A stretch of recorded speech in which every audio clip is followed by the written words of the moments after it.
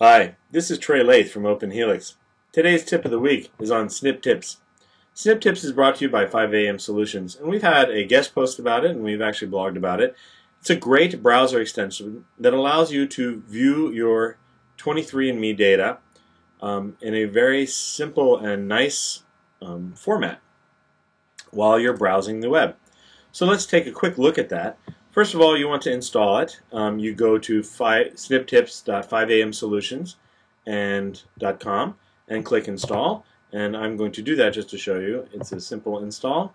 Once you've installed it, it's going to ask you where is your data, your 23andMe data.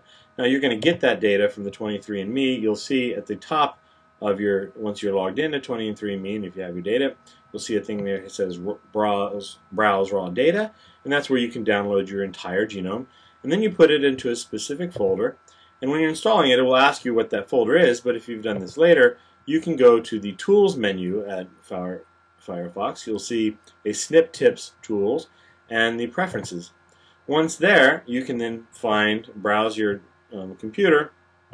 So for example here, and we find my data. Now this is also a nice way if you have, for example, I have my $2. I haven't put them in here. In here, I could browse their data too. I can switch back and forth. One day they might have a nice tool that allows me to toggle between genomes a little bit easier, but in this case, this is relatively simple.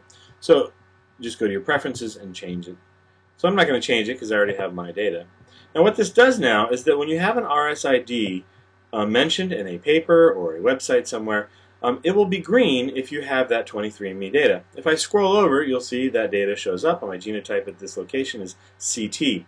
If I don't have data, it will be gray, and there's nothing that will come up when I scroll. So let's get some examples of that. So for example, at the 23andMe community, there was a discussion about the Neanderthal information, and here's a putative haplotype for the archaic or Neanderthal genome. And as you see, all these are in my 23andMe data, as he pulled them out. And I can then quickly look and see what my genotype is and compare it to this. Instead of clicking on each of these links and writing it down, I can get a nice quick view of this. So mine is actually AGT, so I don't have that particular Neanderthal genotype or haplotype, but it's interesting to look at. So the other thing you will be doing is as you're browsing PubMed, and as you see here, this is a study on prostate cancer.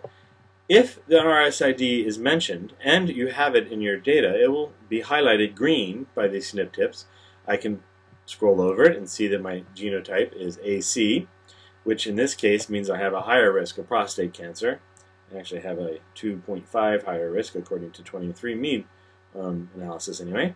I can then click on this little icon here and it will take me to more information. I can go to the 23andMe browsing site, which we're not going to do, or the Snppedia, or Google Scholar, or, in this case, dbSNP. So then I can go to dbSNP and find more information about this SNP and the genotypes and population frequencies and all that. So as I'm browsing the web or reading papers or blog posts, if an RSID is mentioned, it will show up highlighted green if I have it in my data. And that allows me to see what my genotype is and to delve into a little bit deeper. I've done a little extra here too. What I've done is I've created a annotation track at UCSC. Now as you see, the RSIDs here don't get highlighted because this is an image map and not actually text, so it won't show it as text. But what I've done is I've created an annotation track of my genotype data, my 23andMe data, and then I can compare it. So for example, here's the RSID we were looking at earlier, and here is my genotype. I can then click on this and find out details about it. And as you see here, it's green because it's in text, and I can go to dbSNP from that link. Let me scroll back a little bit. This is a nice way to look at the, you can just browse through all the million SNPs that you have in your 23andMe data and check it out.